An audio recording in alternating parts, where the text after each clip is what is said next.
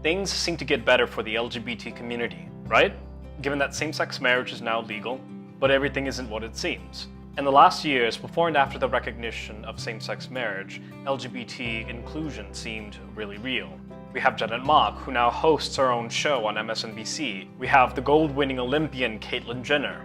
There is also Michael Sam, the first openly gay football player, and Tim Cook as the first openly gay CEO of Apple, Don Lemon at CNN, and Rachel Maddow at MSNBC. But this hasn't been enough. Everyone knows the gender wage gap. But what about the LGBT wage gap? Trans people face double the rate of unemployment as the overall population. And worse still, trans people were 4 times more likely to face extreme poverty, with an annual income of $10,000. The poverty rate of women in same-sex couples is at 7.9%. For different sex couples, this rate is 5.8%.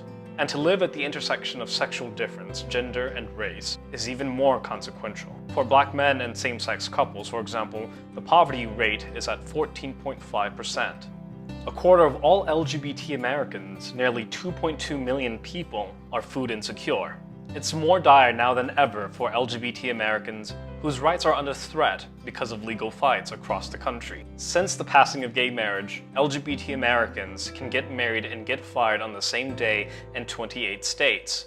And if you're trans, this number increases to 30. 2 federal civil rights laws, Title IX and VII, are important to protecting the rights of LGBT. And right now, the advancements made for LGBT inclusion might be rolled back. Title IX bars sex-based discrimination in education, while Title VII prohibits employers from discriminating against employees on the basis of sex, race, color, national origin, and religion.